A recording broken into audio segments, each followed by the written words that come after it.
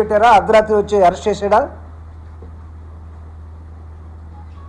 కుయ్యోమర్రు అంటూ నేను ఇంకా రాజకీయాల్లో ఉన్నాను, నాకు ఆరోగ్యం బాగలేదు, ఒకవేళ ఎప్పుడో ఏదన్నా మాట్లాడుంటే క్షమించండి, నేను ఆపరేషన్ చేయించుకొని ఉన్నాను, నాకున్న వెర్రితోటి ఏదో మాట్లాడానని తనే స్వయంగా ప్రకటించాడు పోసాని మురళి గారు. ఒకప్పుడు ప్రెస్ మీట్ పెట్టి రీసెంట్గా ఆ వ్యక్తి మీద కక్షను ఎలా తీర్చుకోవాలి, ఫ్యాక్షన్ అంటే 2 గొడ్డళ్ళు 2 కొడవళ్ళు గడ్డపారలు లేకపోతే ఇంకా అనేకమైన తీసుకొచ్చి ఏ సమయమైనా సరే ఇంట్లో పిల్లలున్నా ఆడవాళ్ళు ఉన్నా సరే మీ వాడిని మేము తీసుకెళ్ళిపోతాం, లేకపోతే నరికేస్తాం, రాకపోతే చంపేస్తాం. పాపం అతను బనీన్ వేసుకొని ఉన్నాడు, రాత్రుల్లో ట్యాబ్లెట్లు మింగాలట, ఇంకా ఎంఆర్ఐ టెస్ట్కి ఈరోజు వెళ్ళాలి, అంతకుముందు గొంతు ఆపరేషన్ చేయించుకున్నాడు. ఈజ్ ఎ పేషెంటే కాదు, సరెండర్ అయిపోయినటువంటి ఒక రైటర్ అతను. నా మాటలో చెప్పాలంటే ఇవన్నీ కొన్ని తట్టుకోలేక సరెండర్ అయిపోయాడు. సరెండర్ అయిపోయిన వ్యక్తిని కూడా రెడ్ బుక్లో రాసుకున్నామని చెప్పి ఎటుపోతున్నారు మీరు? భయభ్రాంతులకు గురి చేస్తే ఆగుతుందా ప్రజాస్వామ్యం? మీరు నిలవగలరా? ప్రజాస్వామ్యాన్ని మీరు వక్ర మార్గంలో నడిపి నిలవగలరా ఈ రాష్ట్రంలో? ఎప్పుడో 50 సంవత్సరాల క్రితం పుట్టినటువంటి ఆర్ఎస్యు అనే ఒక విద్యార్థి సంస్థ దాని 50 సంవత్సరాల ఉత్సవాలు జరుపుకుంటూ హైదరాబాదులో 75 ఏళ్ళు వచ్చినటువంటి ఆ ఆర్ఎస్యు ప్రభావానికి గురైనటువంటి వాళ్ళందరూ కూడా మొన్న ఒక సమావేశం పెట్టుకున్నారు.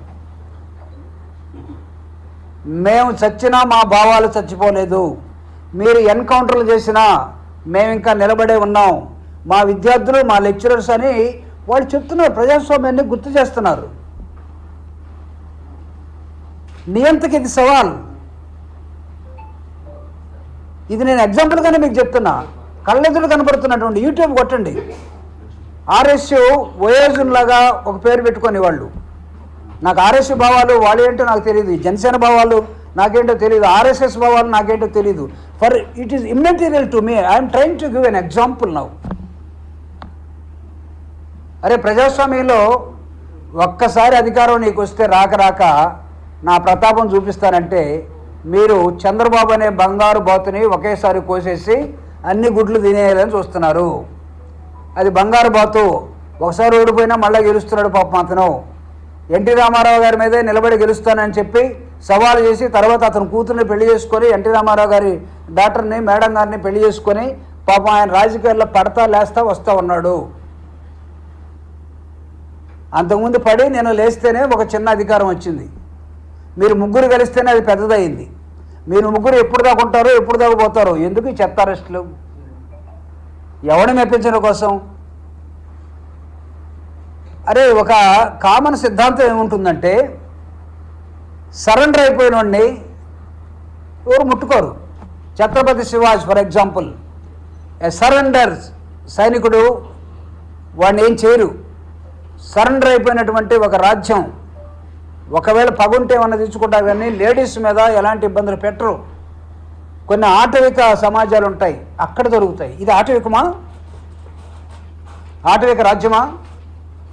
జగన్మోహన్ రెడ్డి గారు తన ప్రెస్ మీట్లో చాలాసార్లు ప్రశ్నించాడు, సప్త సముద్రాల అవతలున్నా సరే తప్పు చేసిన వాడు. ఎందుకు పోలీసులు అత్యుత్సాహం? 2 సివిల్ డ్రెస్లో 2 యూనిఫామ్లో. నిన్న ఆయన ఇంటికి వెళ్ళి 7:45కి నిన్ను అరెస్ట్ చేస్తున్నామని పోసాన్ని first of all YSR Congress party దీన్ని తీవ్రంగా ఖండిస్తూ ఉంది. ఇలాంటి అరెస్టుల్ని, ఇలాంటి అరెస్టుల ద్వారా భయభ్రాంతులు చేయాలని చూస్తే ఇక్కడ భయపడటానికి ఎవడు సిద్ధంగా లేడు. వైఎస్ఆర్ కాంగ్రెస్ పార్టీ కార్యకర్తలు కానీ నాయకులు కానీ అభిమానులు కానీ రేపటి నుంచి విసిరే సవాలుకి సమాధానాలు ఎత్తుక్కోవాలి. మీరు don't think that you are always permanent. ఇది ప్రజాస్వామ్యం. మేబీ టుడే యువర్స్, ఈరోజు మీది కావచ్చు, బట్ రేపు మీది కాకపోవచ్చు.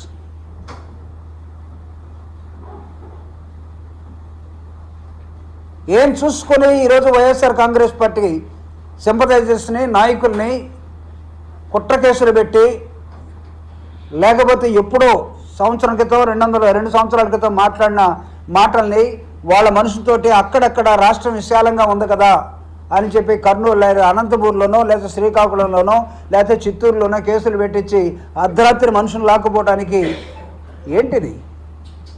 వ్యవస్థను గౌరవించరా? కోర్ట్స్ ఏం చేస్తాయి? పోసాని మురళి గారి కొడుకు భార్య ఈరోజు హెబియస్ కార్పస్ కేసేస్తున్నారు. మా నాన్నని రాత్రి పట్టుకెళ్ళారు, రాత్రి అంతా ఎక్కడ ఉంచారో, ఏమైనా ఎన్కౌంటర్ చేశాడా లేకపోతే ఇంకేమన్నా అతన్ని ఏమన్నా చేశారా మాకు అర్థం కావట్లేదు, మా ఆయన ఎక్కడున్నాడో మాకు చూపించండి అని హెబియస్ కార్పస్ ఈరోజు కోర్టులో వేస్తున్నారు. హెబియస్ కార్పస్ అంటే అతను తీసుకొచ్చి కోర్టులో ప్రొడ్యూస్ చేయాలి పోలీసులు. మళ్ళీ పోలీసులకే మళ్ళీ ఇబ్బంది, వాళ్ళ అండర్లో ఎక్కడున్నాడో చెప్పాల్సిన అవసరం ఉంది. If court is going to serious on police department, police has to stand up. వాళ్ళు వచ్చి మోకాళ్ళు వేయాల్సిందే కోర్టు ముందు. ఎవరు చూసుకొని పోలీసు వ్యవస్థ ఈ పని చేస్తూ ఉన్నది? నెంబర్ 1, బ్యూరోక్రసీకి జగన్మోహన్ రెడ్డి గారు చాలా స్పష్టంగా చెప్పాడు, with in the framework of your duty don't try to jump your boundaries.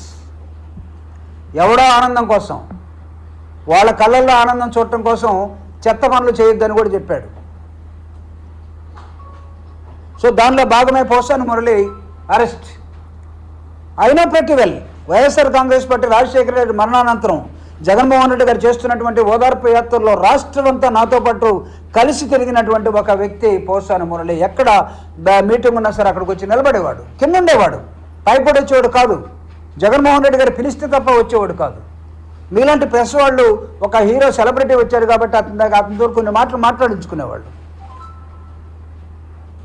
అంటే ఒక మనిషి పట్ల సానుభూతిని తెలపటం, ఒక గొప్ప రాజకీయ నాయకుడు, ఒక హీరో ఈ రాష్ట్రంలో రాజకీయాలకే ఒక స్వచ్ఛమైన అర్థం చెప్పి రాజకీయం అంటే సేవ అని ముఖ్యమంత్రిగా వచ్చిన తర్వాత ఒక పరిపూర్ణమైనటువంటి డెఫినేషన్ ఇచ్చినటువంటి రాజశేఖర రెడ్డి గారు లేరు అన్న తర్వాత కదిలినటువంటి సమాజంలో భాగమే పోసాని మురళి.